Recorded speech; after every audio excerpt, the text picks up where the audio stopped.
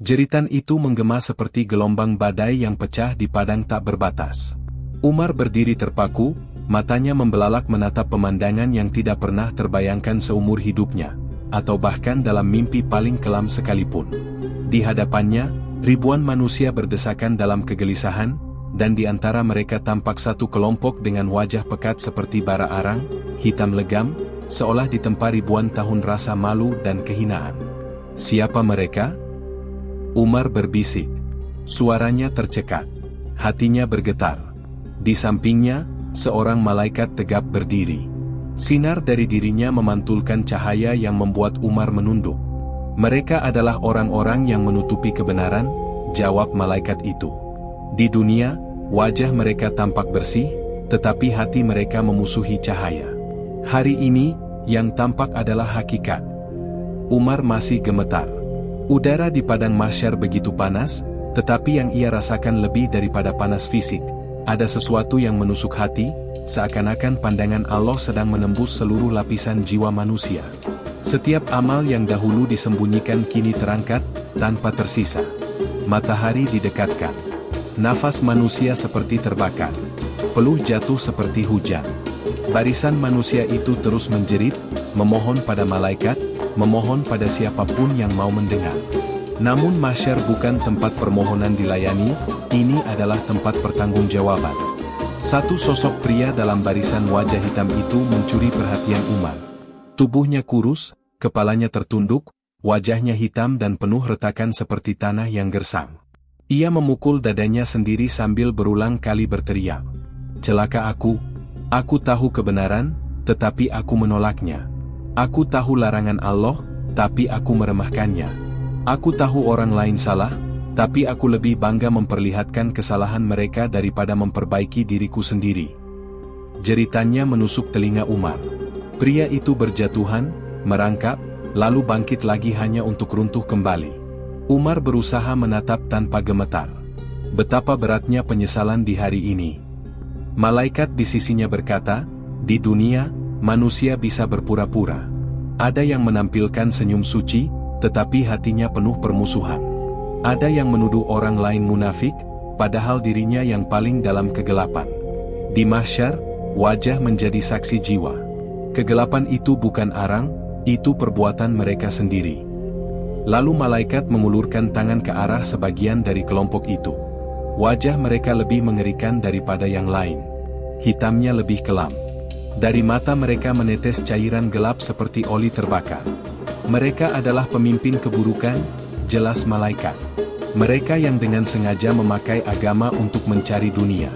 Yang menggunakan kebenaran untuk menjatuhkan orang. Yang memutarbalikkan ayat demi gengsi. Di dunia, mereka dielu-elukan. Di mahsyar, lihatlah bagaimana hakikat mengambil bentuk. Umar memegangi dadanya. Apakah tidak ada kesempatan bagi mereka? Malaikat menggeleng. Kesempatan telah diberikan selama mereka hidup. Setiap teguran dari hati, setiap peringatan dari ulama, setiap musibah, setiap ayat, itu semua adalah kesempatan.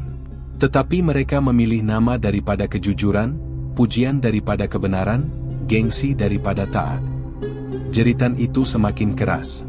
Ada seorang wanita dalam barisan itu yang memegang wajahnya yang hitam pekat sambil berteriak, Allah, kembalikan aku ke dunia. Aku ingin memperbaiki diri. Aku ingin berubah. Aku ingin bertaubat. Namun lantang terdengar suara malaikat yang lain. Hari ini bukan hari untuk kembali. Hari ini adalah hari untuk melihat hasil dari apa yang kalian tanam. Umar merasa lututnya melemah. Ia memandang manusia-manusia itu yang wajahnya kini semakin menggelap oleh penyesalan. Tak ada tempat berlindung. Tak ada bayang pohon.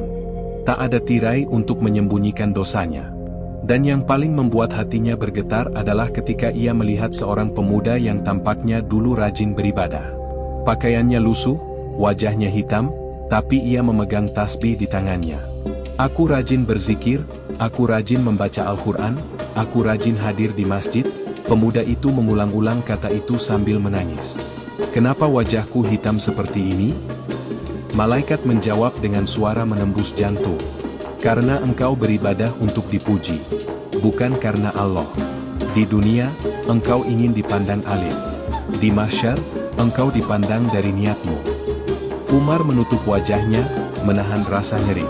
Ia tidak hanya melihat dosa orang lain, ia melihat bayangan kesalahan dirinya sendiri. Mahsyar membuat manusia tidak bisa bersembunyi dari dirinya sendiri. Kelompok wajah hitam itu mulai digiring menuju sebuah tempat yang tampak seperti lembah pekat. Tangisan dan jeritan mereka bercampur menjadi satu. Umar merasa dadanya semakin berat. Sebelum pemandangan itu hilang, malaikat berkata, "Wahai manusia, lihatlah ini sebagai peringatan. Karena engkau masih berada dalam ujian. Engkau masih punya waktu. Mereka tidak." Umar menggigil. Di hari itu, ia menyadari sesuatu yang lebih menakutkan daripada neraka. Penyesalan yang datang terlambat. Setelah menyaksikan kelompok manusia berwajah hitam legam, Umar dipandu oleh malaikat menuju sisi lain dari padang mahsyar. Di sana, suasananya berbeda. Masih panas, masih sesak, masih penuh jeritan, tetapi ada cahaya lembut yang memancar dari suatu tempat. Umar melihat sekelompok manusia berdiri, wajah mereka putih berseri, seolah menjadi cahaya di tengah kegelapan. Umar memicingkan mata. Siapa mereka? Malaikat tersenyum samar. Mereka adalah orang-orang yang hatinya tetap jujur meski dunia menawarkan banyak tipu daya. Umar melangkah mendekat. Cahaya putih itu memantul dari kulit mereka, tetapi bukan seperti cahaya lampu, lebih seperti ketenangan yang menjelma dalam bentuk visual. Wajah-wajah mereka lembut, tanpa sedikit pun guratan kecemasan. Seorang pria tua dengan janggut putih berdiri di tengah mereka. Bajunya sederhana, kain kusam yang menunjukkan kehidupannya dahulu tidak berlimpah harta. Namun wajahnya bersih, bercahaya, dan matanya memancarkan keteguhan yang sulit dijelaskan. Umar bertanya kepada malaikat, "Siapa lelaki itu?" Dia adalah seseorang yang hidup miskin, tetapi menjaga kehormatannya. Ketika dunia menawarkan jalan curang, ia memilih lapar daripada korupsi. Ketika dunia menawarkan pujian, ia memilih diam daripada ria. Ketika dunia menawarkan maksiat, ia memilih bertaubat daripada mengikuti nafsu. Umar menatap lelaki itu dengan kagum. Dan itu cukup untuk membuat wajahnya berseri seperti ini? Malaikat mengangguk. Karena ia memilih Allah dalam pilihan paling kecil sekalipun. Dan Allah membalasnya hari ini. Umar melihat sosok lain, seorang pemuda yang wajahnya bercahaya seperti pantulan bulan di malam sunyi. Di tangannya tergenggam mushaf lusuh. Siapa pemuda itu? Dia adalah penjaga hatinya. Di dunia, ia hidup di lingkungan yang penuh maksiat. Tapi ia memilih jalan taat meski harus sendirian. Teman-temannya menertawakannya. Dunia meremehkannya. Tapi setiap malam ia berdoa, "Ya Allah, jagalah hatiku." Maka lihatlah bagaimana Allah menjaganya hari ini. Pemuda itu tersenyum kepada manusia lain yang ketakutan di sekelilingnya. Ia tidak sombong, tidak meninggi, ia sekadar menjadi cahaya bagi mereka yang gelap. Umar melihat seorang wanita muda. Wajahnya juga bercahaya, lembut seperti sinar fajar. Pakaiannya sederhana, kain panjang tanpa perhiasan. Tetapi dari sikap tubuhnya terpancar wibawa seorang perempuan yang menjaga kehormatan. "Dia juga termasuk yang diselamatkan?" tanya Umar. Malaikat menjawab, "Wanita itu menolak puluhan godaan dunia. Ia tidak cantik secara lahiriah, dan sering diejek. Tetapi ia menjaga kehormatannya, menjaga lisannya, menjaga ibadahnya. Ketika fitnah menghampirinya, ia diam dan bersabar. Ketika dunia menggoda dengan perhatian para lelaki, ia memilih untuk tetap teguh. Hari ini, Allah memuliakan wanita-wanita yang menjaga hatinya." Umar menunduk. Hatinya bergetar. Wajah-wajah putih berseri itu tidak terlihat sombong. Mereka tidak menuntut balasan apapun. Mereka hanya berdiri tenang, seolah mengetahui bahwa semua yang mereka perjuangkan tidak sia-sia. Seorang malaikat lain datang membawa catatan amal. Ketika ia membuka catatan itu, cahaya kuat memancar, menerangi sekeliling mahsyar. Umat manusia menoleh, terkejut. "Apa itu?" tanya Umar. "Itu adalah catatan amal mereka," jawab malaikat. Catatan yang tidak berisi pahala besar-besaran seperti sedekah miliaran atau jihad besar. Catatan mereka berisi amal-amal kecil yang ikhlas, menolong orang tanpa kamera, memberi makan tanpa berharap pujian, menahan marah ketika dihina, memaafkan ketika dilukai, dan menangis ketika mengingat Allah. Umar merasakan air matanya jatuh tanpa disadari. Malaikat melanjutkan, di dunia, amal kecil sering diremehkan. Orang-orang hanya bangga dengan yang besar. Tetapi yang kecil, ketika dilakukan ikhlas, diangkat setinggi langit. Umar memikirkan hidupnya sendiri. Berapa kali ia menolong orang untuk dipuji? Berapa kali ia menjaga ibadah hanya saat ada orang lain melihat? Berapa kali ia menekan amarah hanya ketika menguntungkan? Suara malaikat menggema lagi, lihatlah balasan untuk mereka yang menjaga hati. Tiba-tiba, cahaya dari wajah kelompok itu semakin kuat. Orang-orang berwajah gelap menunduk, ketakutan melihat cahaya itu. Beberapa manusia lain menangis, memohon kepada Allah agar mereka termasuk dalam kelompok itu. Namun malaikat berkata, tidak semua manusia tersiksa, Umar. Ada yang selamat bukan karena amal besar, tetapi karena hatinya dijaga. Wajah-wajah berseri itu kemudian digiring menuju tempat teduh, di bawah bayang arsy Allah. Dan keteduhan itu lebih indah daripada seluruh dunia yang pernah ada. Umar memandang mereka sampai jam. Ia ingin menjadi seperti mereka. Malaikat menatap Umar dan berkata, tidak ada kata terlambat, bagimu yang masih diberi hidup. Dan Umar tersadar bahwa mahsyar bukan sekadar penghakiman, tetapi juga peringatan bagi mereka yang membaca kisah ini di dunia. Pada hari ketika bumi digulung dan langit diremukan, manusia dikumpulkan di satu tempat bernama Padang Mahsyar, dan di sanalah peristiwa paling unbelievable dalam sejarah akan terjadi. Wajah-wajah para pendosa berubah menjadi ngeri, hitam, buruk, dan memalukan. Hari itu, tidak ada lagi kepura-puraan. Tidak ada lagi topeng kesombongan. Tidak ada lagi kata-kata manis yang menutupi dosa. Yang tersisa hanyalah kesesuaian wajah dengan isi hati mereka. Pada episode pertama ini, kita fokus pada seorang tokoh yang namanya menggetarkan dan kisahnya memancing rasa ngeri siapapun. Harits bin Marwan, seorang laki-laki yang selama hidupnya tenggelam dalam dosa, namun tidak pernah mau mengakuinya. Peristiwa yang akan kamu baca ini begitu epik dan mengguncang sehingga membuat jutaan manusia yang menyaksikannya bersimpuh ketakutan. Hari itu, Padang Mahsyar terbentang luas tanpa batas, tak ada gunung, tak ada lembah, tak ada bayangan.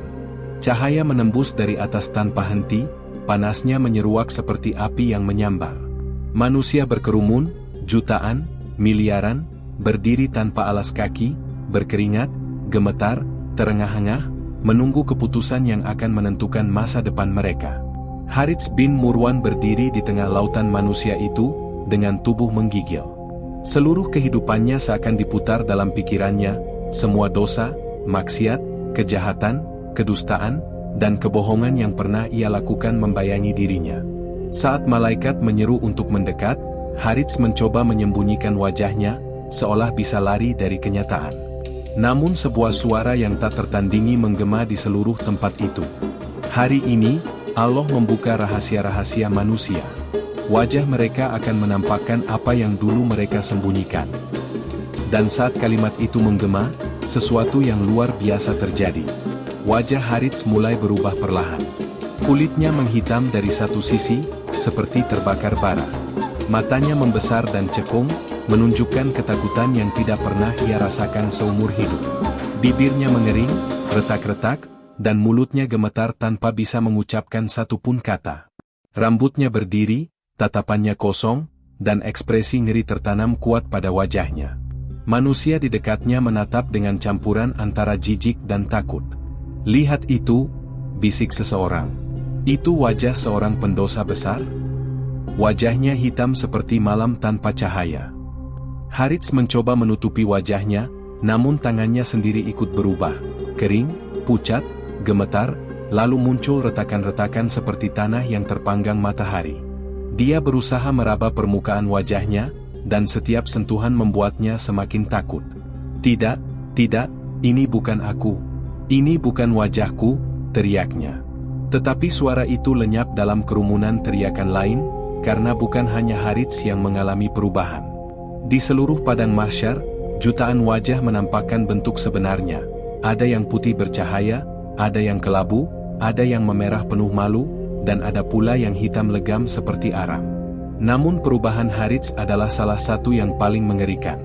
Dalam hidupnya, Harits terkenal lihai menipu orang, memfitnah, mengambil yang bukan haknya, menghina orang lemah, dan menertawakan ayat-ayat Allah seolah itu permainan.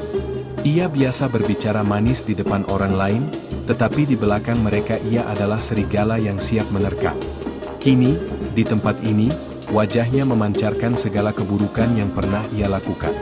Seseorang yang dulunya ia rugikan berdiri tidak jauh. Laki-laki itu memandangnya dan berkata, "Harits, akhirnya wajahmu menunjukkan siapa kamu sebenarnya."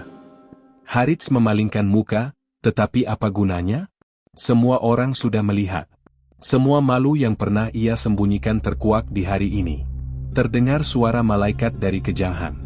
Inilah hari ketika wajah-wajah pendosa menjadi gelap. Mereka tidak bisa lari, tidak bisa sembunyi, dan tidak bisa berbohong. Allah Maha mengetahui apa yang mereka sembunyikan. Harits menjerit, meringkuk kecil di tanah yang panas, memeluk lututnya seperti anak kecil ketakutan. Tidak ada yang peduli. Tidak ada yang mendekat. Tidak ada yang mau dekat dengan seseorang yang wajahnya mencerminkan kehinaan sedalam itu. Kemudian, terjadi hal yang semakin mengerikan. Malaikat memegang Harits, mengangkatnya ke tengah-tengah manusia. Ini adalah wajah orang yang suka menipu, suka menghina, suka berpura-pura berbuat baik, tetapi hatinya busuk, ujar salah satu malaikat. Harits berteriak histeris, namun suara tangisnya tak meredakan amarah dalam hatinya. Ia menatap wajah-wajah lain yang kini mundur menjam. Bahkan orang-orang yang dulu bersahabat dengannya memilih menjauh karena takut terjangkit rasa malu yang sama. Yang paling menakutkan bukanlah tatapan manusia lain. Yang paling menakutkan adalah melihat wajahnya sendiri. Semakin ia mencoba menyentuh, semakin jelas perubahan itu menjadi permanen. Kulitnya menggelap hingga seperti bayangan pekat tanpa cahaya. Matanya tampak seperti dua lubang kosong yang memancarkan ketakutan abadi. Dan di antara teriakan jutaan manusia, Harits tahu satu hal. Dia sedang merasakan akibat dari perbuatannya, tanpa bisa mundur, tanpa bisa memperbaiki, tanpa bisa menyesali apapun.